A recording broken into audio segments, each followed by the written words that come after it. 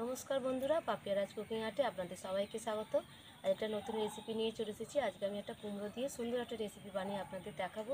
খুব সহজ আর খেতে খুবই ভালো। বাইরে না কিনতে গিয়ে বাড়িতে বানিয়ে ফেলুন চট করে। দেখে নিন কীভাবে বানাচ্ছি। এই কুমড়ো দিয়েও আমি বেগুনির মতন করেই ভাজবো। কুমড়ো খাওয়া খুবই ভালো। বাচ্চারা তো এমনিতে কুমড়ো খেতে চায় না, কিন্তু এইভাবে করে দিলে ওরা কুমড়ো খেয়ে নেবে। ছোট থেকে বড় সবার জন্য এই রেসিপিটা ভালো। প্রথমে কুমড়োটা আমি কেটে নেব। কুমড়োর খোসাটা ছাড়াবো না, খোসাটা থাকবে। এতটা কুমড়ো আমার লাগবে না, সেজন্য একটু কেটে নিলাম। অর্ধেকটা কেটে নিয়েছি। দিয়ে এইভাবে খোসা সমেত পাতলা করে কেটে নেব।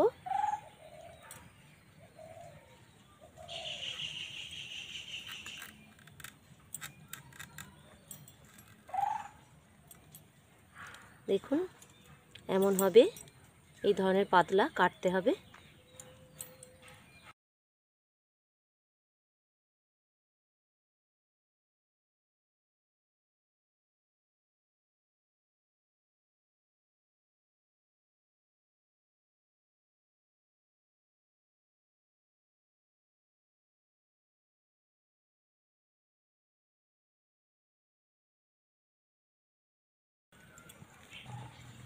সবগুলো কাটা হয়ে গেছে, এবার একটু ধুয়ে নেব।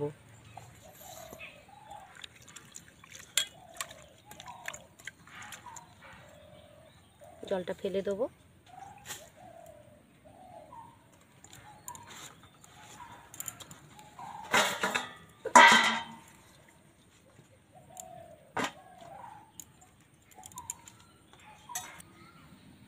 এখানে আমি নিয়ে নিয়েছি এক বাটি বেসন। বেসনটাই বাটির মধ্যে নিয়ে নেব। নিয়েছি কালো জিরে, কালো জিরে দিয়ে দেবো।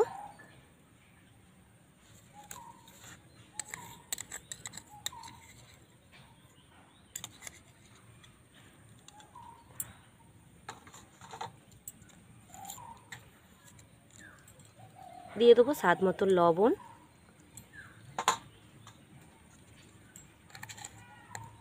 সামান্য লঙ্কার গুঁড়ো, চাইলে এটা আপনারা নাও দিতে পারেন, একটু ঝাল ঝাল ভালো লাগে সেই জন্য আমি দিলাম। হলুদ গুঁড়ো, সামান্য খাবার সোডা। সমস্ত উপকরণগুলো একসঙ্গে ভালো করে মাখিয়ে নেব। মাখানো হয়ে গেছে, এবার অল্প অল্প করে জল দিয়ে এটা মাখিয়ে নেব।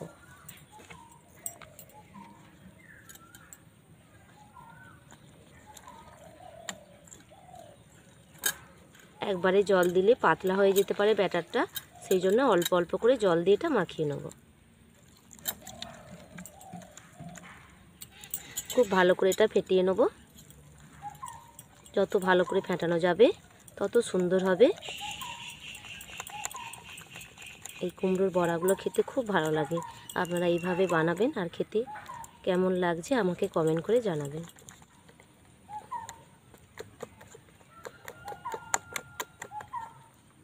এটা মাখানো হয়ে গেছে, আর দেখুন এই ধরনের হবে।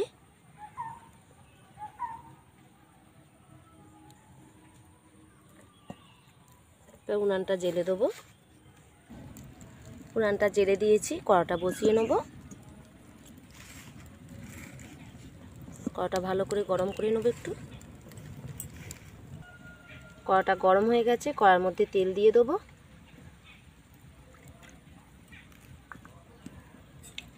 তেলটা একটু ভালো করে গরম করে নেব।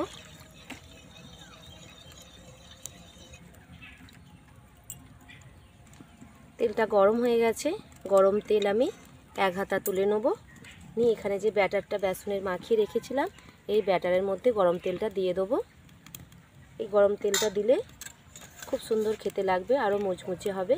এই তেলটা দিয়ে আরও একবার ভালো করে এটা মাখিয়ে নেব।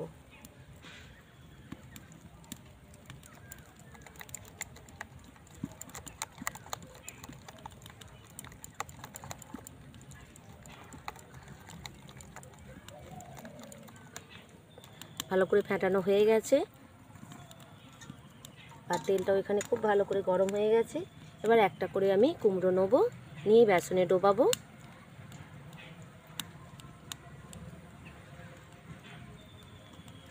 খুব ভালো করে এপিট ওপিট করে লাগিয়ে নেব।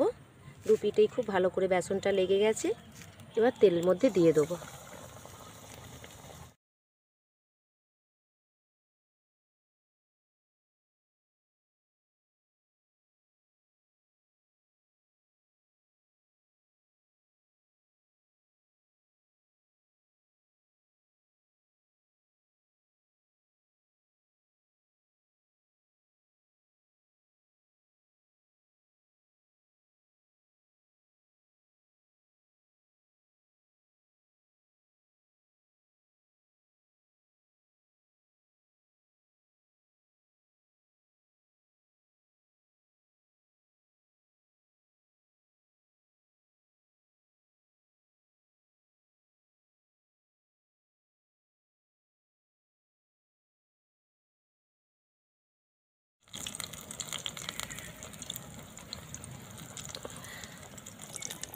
দেখুন কত সুন্দর ফুলেছে সব, আর খেতে এতটাই সুন্দর, মানে কি বলবো, খুব সুন্দর খেতে। আপনারা অবশ্যই একবার বানাবেন আর খেয়ে আমাকে জানাবেন কেমন হয়েছে এই রেসিপিটা। খুব ভালো এই রেসিপিটা, সেই জন্য আপনাদের সঙ্গে আমি শেয়ার করলাম। এটা ভাজা হয়ে গেছে, তুলে নেব।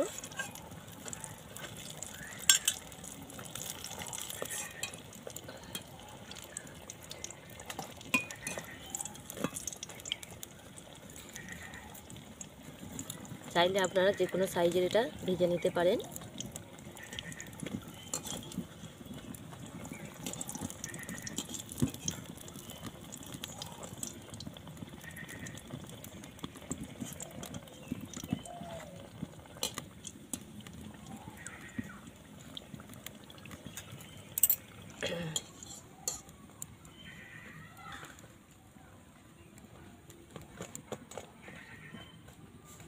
ভাজা হয়ে গেছে, এবার তুলে নেব।